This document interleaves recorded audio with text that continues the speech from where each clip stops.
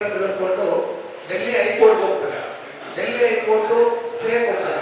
ಯಾವುದು ನೀವು doctor implement ಮಾಡಬೇಡಿ, ಇದರಿಂದ ತೊಂದರೆ ಆಗ್ತದೆ ಅಂತ ಸ್ಟೇ ಕೊಡ್ತಾರೆ. ನಿರಂತರವಾಗಿ ಡೆಲ್ಲಿ ಹೈಕೋರ್ಟ್ ಪ್ರೊಸೀಡಿಂಗ್ಸ್ ಮಾಡ್ತಾ ಇದೆ. ಇತ್ತೀಚೆಗೆ ಡೆಲ್ಲಿ ಹೈಕೋರ್ಟ್ ಸ್ಟೇ ಕೊಟ್ಟರು ಸಹ ಇ ಫಾರ್ಮಸಿ ಪೋರ್ಟಲ್ಗಳು ತಮ್ಮ ಒಂದು ವ್ಯಾಪ್ತಿನ ವಿಸ್ತರಿಸಿ ಬೆಂಗಳೂರು ಕರ್ನಾಟಕ ಮಾತ್ರವಲ್ಲದೆ ಎಲ್ಲ ರಾಜ್ಯಗಳಲ್ಲೂ ತಮ್ಮ ಭಾವಗಳನ್ನು ವಿಸ್ತರಿಸಿ ಅನಧಿಕೃತವಾಗಿ ಜೀವರಕ್ಷಕ ಔಷಧಿಗಳನ್ನ ಎಲೆಕ್ಟ್ರಾನಿಕ್ ವಸ್ತುಗಳ ರೀತಿ ತರಕಾರಿಗಳ ರೀತಿ ಮನಬಂದಂತೆ ಮಾಡ್ತಾ ಇದ್ದಾರೆ. ಇದನ್ನ ನೀವು ಏನು ಸರ್ಕಾರ ಈ ರೀತಿ ಮಾಡ್ತಾ ಇದೆ, ಕೋರ್ಟ್ ಆದೇಶನ ಉಲ್ಲಂಘನೆ ಮಾಡ್ತಾ ಇದೆ, ಕಂಟೆಂಪ್ಟ್ ಆಗಿದೆ ಅಂತ ಹೇಳ್ಬಿಟ್ಟು ನಾವು ಕೇಳ್ಕೊಂಡಾಗ ನಮ್ಮ ಡ್ರಗ್ ಕಂಟ್ರೋಲ್ ಜನರಲ್ ಅವರು ಎಲ್ಲ ರಾಜ್ಯದ ಔಷಧ ನಿಯಂತ್ರಣಕ್ಕೆ ಒಂದು ಸರ್ಕ್ಯುಲರ್ ಇಶ್ಯೂ ಮಾಡ್ತಾರೆ. ಎಲ್ಲೆಲ್ಲಿ ಇ ಫಾರ್ಮಸಿ ಕೆಲಸ ಮಾಡ್ತಾ ಇದೆ ಅವ್ರ ಮೇಲೆ ನಿರ್ದಾಕ್ಷಿಣ್ಯವಾಗಿ ಕ್ರಮವನ್ನು ತಿಳಿಸಬೇಕು ಅಂತ ಈಗ ಎಲ್ಲ ರಾಜ್ಯಗಳಲ್ಲೂ ಒಂದಷ್ಟು ಕ್ರಮ ತಿಳಿಸಿದ್ದಾರೆ. ವಿಶೇಷವಾಗಿ ನಮ್ಮ ಕರ್ನಾಟಕದ ಔಷಧ ನಿಯಂತ್ರಣೆಗೆ ಇಲ್ಲಿ ಔಷಧ ನಿಯಂತ್ರಣ ಇಲಾಖೆ ಇತ್ತು. ಇತ್ತೀಚೆಗೆ ಫುಡ್ ಸೇಫ್ಟಿ ಅಂಡ್ ಅಡ್ಮಿನಿಸ್ಟ್ರೇಷನ್ ಅಂತ ಬದಲಾದ ಒಂದು ಕಾಲಘಟ್ಟದಲ್ಲಿ ನಮ್ಮ ಒಂದು ಇಲಾಖೆಗೆ ಆಯುಕ್ತರಾಗಿ ಕೆ ಶ್ರೀನಿವಾಸ್ ಅವರು ತುಂಬಾ ಕ್ರಿಯಾಶೀಲವಾಗಿ ಕೆಲಸ ಮಾಡ್ತಾ ಇದ್ದಾರೆ. ನಮ್ಮ ಒಂದು ಗ್ರೀವೆನ್ಸಸ್ ನಾವು ಒಂದು ಜವಾಬ್ದಾರಿ ಸಂಸ್ಥೆಯಾಗಿ ಸತತವಾಗಿ ಅವರಿಗೆ ಮನವರಿಕೆ ಮಾಡಿಕೊಡ್ತಾ ಇದ್ದೀವಿ. ಅವರು ನಮಗೆ ತೃಪ್ತಿಕರವಾದ ಒಂದು ಆದೇಶಗಳನ್ನ ನೀಡ್ತಾರೆ. ಆ ಒಂದು ಕೃತಿಗಳು ನಮ್ಮ ಪ್ರೆಸ್ಟೇಜಲ್ಲಿ ನಮಗೆ ಅವಕಾಶ ಮಾಡಿದರೆ ಅದರಲ್ಲಿ ಈ ಹಿಂದೆ ಔಷಧ ನಿಯಂತ್ರಣ ನಮ್ಮ ಕಾಲ ಪರಿಸರರು ಏನೋ ಡೀಪ್ ಡಿಸ್ಕೌಂಟ್ ಬಗ್ಗೆ ನಾವು ಒಂದು ಮನವಿ ಕೊಟ್ಟಿದ್ವಿ. ಹೌದು, ಇದರಿಂದ ತುಂಬಾ ತೊಂದರೆ ಆಗ್ತದೆ. ಯಾಕೆಂದ್ರೆ ನಾವು ಕೇಳ್ಬೋದು ಡಿಸ್ಕೌಂಟ್ ಕೊಟ್ಟರೆ ನಮ್ಮ ಜನಕ್ಕೆ ಅನುಕೂಲ ಆಗಲ್ಲ ಅಂತ. ನಾವು ಡಿಸ್ಕೌಂಟ್ ಕೊಡೋದ್ರಲ್ಲಿ ಅದ್ರ ಬಗ್ಗೆ ನಮಗೆ ಆಕ್ಷೇಪ ಇಲ್ಲ. ಏನು ನಮಗೆ NPPA ಅಂತ ಇದೆ, ನ್ಯಾಷನಲ್ ಫಾರ್ಮಸ್ಯೂಟಿಕಲ್ ಬಾಡಿ ಇದೆ, ಪ್ರತಿ ಘಟಕಕ್ಕೆ ನಮಗೆ ಕೊಟ್ಟಿರುವಂತ ಮಾರ್ಜಿನ್ ಶೆಡ್ಯೂಲ್ಗೆ 60%, ನಾನ್ ಶೆಡ್ಯೂಲ್ಗೆ 20%, ಅವರೇಜ್ಗೆ ಆಲ್ಮೋಸ್ಟ್ 20% ಆಗ್ತದೆ. ಆದರೆ ಈಗ ಬದಲಾದ ಕಾಲಘಟ್ಟದಲ್ಲಿ ಅನಧಿಕೃತ ಏನು ಆನ್ಲೈನ್ ಪೋರ್ಟಲ್ಸ್ಗಳು, ಕ್ವಿಕ್ ಡೆಲಿವರಿ ಕಾಮರ್ಸ್ಗಳು ಇವತ್ತು 20% ಹೆಚ್ಚಾಗಿ ಆಫರ್ ಮಾಡ್ತಾ ಇದ್ದಾರೆ. ಇವತ್ತು ತಾವು ಮೀಡಿಯಾ ಮಹನೀಯರು ನೋಡ್ತಾ ಇದ್ದೀರಾ, ಡೇ ಬೈ ಡೇ ಯಾವ ರೀತಿ ಕೌಂಟರ್ಫಿಟ್ ಡ್ರಗ್ಸ್ ಬರ್ತಾ ಇದೆ, ಕರ್ನಾಟಕ ಸೇರಿದಂತೆ ಎಲ್ಲ ರಾಜ್ಯಗಳಲ್ಲೂ ಯಾವ ರೀತಿ ಕೌಂಟರ್ಫಿಟ್ ಡ್ರಗ್ಸ್ ಬರ್ತಾ ಇದೆ ಅಂತ ಇಲ್ಲಿಂದ ಬರ್ತಾರೆ ಅಂತ ನಮ್ಗೆ ಈಗ ಅರ್ಥ ಆಗ್ತದೆ. ಅವರು ಈ ಅಸಹಜ ರೀತಿಯ ರಿಯಾಯಿತಿಗಳನ್ನ ಏನು ಸಾರ್ವಜನಿಕರಿಗೆ ಮಿಸ್ಟೇಕ್ ಮಾಡಿ ಕೊಡ್ತಾ ಇದ್ದಾರೆ, ಈ ಒಂದು ಕೌಂಟರ್ಫಿಟ್ ಡ್ರಗ್ಸ್ ಸೇರ್ಪಡಿದೆ. ಇದಲ್ಲದೆ ನಾವು ಸ್ವಾತಂತ್ರ್ಯ ನಂತರ ನಮ್ಮ ಸಾಂಪ್ರದಾಯಿಕ ಒಂದು ವ್ಯಾಪಾರಿಗಳು ಯಾವುದೇ ಒಂದು ಗೌರ್ಮೆಂಟ್ ಬಜೆಟ್ ಇದೆ ಅವರವರ ಒಂದು ಏನು ವೃತ್ತಿನ ಕಟ್ಕೊಂಡಿದ್ದಾರೆ, ಅವರು ಅದ್ರ ಮೇಲೆ ಡಿಪೆಂಡ್ ಆಗಿದ್ದಾರೆ.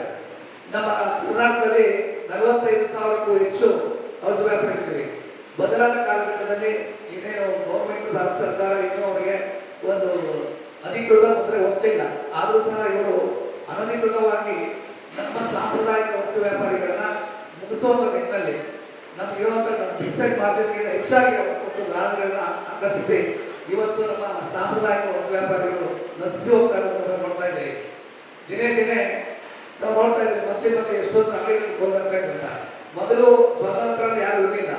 ಈಗ ಒಂದು ಬದಲಾದ ಕಾಲಘಟ್ಟದಲ್ಲಿ ಈ ಒಂದು ಏನು ಟೆಕ್ನಾಲಜಿಗೆ ಅನುಕೂಲವಾಗಿ ಇವರು ನಮ್ಮನ್ನ ಒಂದು ಮುಗಿಸುವಂತ ಕೆಲಸ ಮಾಡ್ತಾ ಇದ್ದಾರೆ. ಒಂದು ಜವಾಬ್ದಾರಿಕರ ಸಂಸ್ಥೆಯಾಗಿ ನಮ್ಮ ಒಂದು ಕರ್ತವ್ಯಗಳಾಗಿದೆ. ನಮ್ಮ ಒಂದು ಸಾಂಪ್ರದಾಯಿಕ ವಸ್ತು ವ್ಯಾಪಾರಿಗಳನ್ನ ಉಳಿಸ್ಕೋಬೇಕಾದ ಒಂದು ಗುರುತವಾದ ಜವಾಬ್ದಾರಿ ನಮ್ಮ ಇದೆ.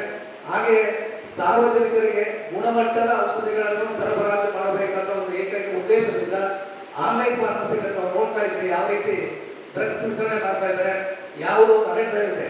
ಫಾರ್ ಎಕ್ಸಾಂಪಲ್, ಈಗ ನಮ್ಮಲ್ಲಿ ಔಷಧಿ ಕೊಡಬೇಕಾದ್ರೆ ಏನು ಒಂದು ರಿಜಿಸ್ಟರ್ ಮೆಡಿಕಲ್ ಪ್ರಾಕ್ಟೀಷನರ್ ಪ್ರಿಸ್ಕ್ರಿಪ್ಷನ್ ಇಟ್ಕೊಂಡು ಬರ್ತಾರೆ. ನಮ್ಮಲ್ಲಿ ಫೇಸ್ ಟು ಫೇಸ್ ನಮ್ಮಲ್ಲಿ ಸಂವಾದ ಇರುತ್ತೆ. ನಾವು ಔಷಧಿ ಬಗ್ಗೆ ತಿಳುವಳಿಕೆ ಹೇಳಿ ಅವರಿಗೆ ನಾವು ಕೊಡ್ತೀವಿ. ಈ ಔಷಧಿ ತಗೋಬೇಕು, ಈ ಔಷಧಿ ತಗೋಬಾರ್ದು, ಎಷ್ಟು ತಗೋಬೇಕು ಅಂತ ನಾವು ಹೇಳ್ತೀವಿ. ಅದೇ ಈಗ ತಾವು ಈಗ ಎಲ್ಲ ಪ್ರಭುತ್ವರಿಗೆ ಇವತ್ತು ಒಂದು ಯಾವುದಾದ್ರೂ ಒಂದು ಮೆಡಿಸನ್ಗೆ ನೀವು ಕ್ವಿಕ್ ಡೆಲಿವರಿ ಆಗ್ತಿರ್ಬೋದು, ಆನ್ಲೈನ್ ಪೋರ್ಟಲ್ಸ್ ಆಗಿದ್ರೆ ಅವರು ಮೊದಲನೇದಾಗಿ ನಿಮ್ಮನ್ನ ಪ್ರಿಸ್ಕ್ರಿಪ್ಷನ್ ಕೇಳ್ತಾರೆ. ನಮ್ಮಲ್ಲಿ ಪ್ರಿಸ್ಕ್ರಿಪ್ಷನ್ ಇಲ್ಲ ಅಂತ ಹೇಳ್ತಾರೆ. ಅವರು ಒಂದು ಎಲ್ಲೋ ಈಗ ಬೆಂಗಳೂರಿಂದ ಒಂದು ಲಾಗಿನ್ ಆದರೆ ಡೆಲ್ಲಿಯಿಂದ ಬಾಂಬೆಯಿಂದ ಡಾಕ್ಟರ್ ಕನೆಕ್ಟ್ ಆಗ್ತಾರೆ. ಅಲ್ಲಿಂದ ಅವ್ರಿಗೆ ಸಿಂಪಲ್ 4 ಕ್ವಶನ್ ಕೇಳ್ತಾರೆ. ಆ ಕ್ವಶನ್ಸ್ ಕೇಳ್ಬಿಟ್ಟು ಅವರು ಒಂದು ಪ್ರಿಸ್ಕ್ರಿಪ್ಷನ್ ಜನರೇಟ್ ಮಾಡ್ಕೊಳ್ತಾರೆ. ಅವ್ರು ಬೇಕಾದ ಆ ಒಂದು ಈಸಿ ಪ್ರಿಸ್ಕ್ರಿಪ್ಷನ್ ಡೆವಲಪ್ ಆಗೋದ್ರಿಂದ ಅವ್ರಿಗೆ ಈಸಿ ಅವೈಲಬಿಲಿಟಿ ಆಫ್ ಮೆಡಿಸಿನ್ ಸಿಕ್ತು. ಅವ್ರ ಪ್ರಗಡಿಕೆ ಆಗಿರ್ಬೋದು, ಅವ್ರಿಗೆ ಅಡಿಷನ್ ರೂಪಾಯಿ ಖರ್ಚೆ ಕೇಳಿರ್ಬೋದು, ಅದು ಈಸಿ ಆಗುತ್ತೆ. ಆ ಪ್ರಿಸ್ಕ್ರಿಪ್ಷನ್ ನಾವು ಪ್ರಕ್ಯೂರ್ ಮಾಡಿಕೊಂಡು ಸಿಕ್ಕಾಪಟ್ಟೆ ಇದೆ, ಒಂದೇ ಒಂದು ಆನ್ಲೈನ್ ಪೋರ್ಟಲ್ ಇಲ್ಲ, ಇಲ್ಲಿ 100 ಇದೆ. ಎಲ್ಲಾ ಪೋರ್ಟಲ್ಗೂ ಪ್ರಿಸ್ಕ್ರಿಪ್ಷನ್ ಅಪ್ಲೋಡ್ ಮಾಡಿ ಅವನ ಎಲ್ಲಾ ಕಡೆ ಕ್ಲಿಕ್ ಮಾಡಿ ಅವನಿಗೆ easy availability permission farming drugs ಸಿಗ್ತಾ ಇದೆ. ಇದರಿಂದ ನಮ್ಮ ಒಂದು ಸಾರ್ವಜನಿಕರ ಜೀವನ ತುಂಬಾ ಆಗ್ತಾ ಇದೆ. ಇವಾಗ ಯುವ ಜನತೆ ಏನು ತೊಂದರೆಗೆ ಆಗ್ತಾ ಇದ್ದಾರೆ, ಅವರ ಸಂಖ್ಯೆ ಹೆಚ್ಚಾಗ್ತಾ ಇದೆ. ತಾವು ನೋಡ್ತಾ ಇದ್ದ ಇದನ್ನ ಒಂದು ತಡೆಯೋ ನಿಟ್ಟಿನಲ್ಲಿ ನಾವು ಸರ್ಕಾರಕ್ಕೆ ಸತತವಾಗಿ ಆನ್ಲೈನ್ ಫಾರ್ಮಸಿ ನಿಲ್ಲಿಸಬೇಕು. ಈ ದುಡ್ಡು ಅಷ್ಟು ಏನು ಡೆಲಿವರಿ ಮಾಡ್ತಾ ಇದ್ದಾರೆ, ಡೆಲಿವರಿ ಸಿಸ್ಟಮ್ ನಿಲ್ಲಿಸಬೇಕು. ಈ ಡೀಪ್ ಡಿಸ್ಕೌಂಟ್ ಅಡ್ವರ್ಟೈಸ್ಮೆಂಟ್ಸ್ ಏನ್ ಮಾಡ್ತಾ ಇದ್ದಾರೆ ನಮ್ಮ ಒಂದು ಸಾಮಾಜಿಕ ಜಾಲತಾಣಗಳಲ್ಲಿ ನಿಲ್ಲಿಸಬೇಕು. ಇನ್ನೊಂದು ನಮ್ಮ ಒಂದು ಪ್ರೆಸೆಂಟ್ ಪ್ರಕಾರ ನಾವು ಬದಲಿ ಔಷಧಿ ಕೊಡೋದಿಲ್ಲ. ಇವತ್ತು ಒಂದು ಚೈನ್ ಸ್ಟೋರ್ಸ್ ನೋಡಿರ್ಬೋದು, ಮೈಕ್ರಸ್ ಏನೋ ಒಂದು ಬೋರ್ಡ್ ನೋಡಿದ್ರೆ 50 to 70% ಅಂತ. ನಾವು ಯಾವುದೋ ಒಂದು ಡ್ರಗ್ ನಾವು ತಗೊಂಡೋದಾಗ 50 to 80% ಅಂತ ಕೊಡ್ಲಿಕ್ಕೆ ಆಗಲ್ಲ. ನೀವು ಬೇಕಾದ್ರೆ ಕೇಳಿ, ಅವರು ನಿಮ್ಮನ್ನ ಮೈಂಡ್ ವಾಶ್ ಮಾಡ್ತಾರೆ. ಏನು ಈ ಔಷಧಿ ತಗೊಂಡ್ರೆ ನಿಮಗೆ ಇಷ್ಟು ಪರ್ಸೆಂಟ್ ಕೊಡ್ತೀವಿ, ನಮ್ಮ ಔಷಧಿ ಕೊಟ್ಟರೆ ನಿಮಗೆ 50 to 80% ಕೊಡ್ತೀವಿ ಅಂತ. ಯಾವುದು FPP ಇಂದ ಏನು ಪ್ರೈಸ್ ಕಂಟ್ರೋಲ್ಗೆ ಇರೋದು ಆ ಡ್ರಗ್ಸ್ನ ಅವರು ಸೇಲ್ ಮಾಡಿ 100 ರೂಪಾಯಿ MRP ಗೆ 500 ರೂಪಾಯಿ MRP ಆಗುತ್ತೆ.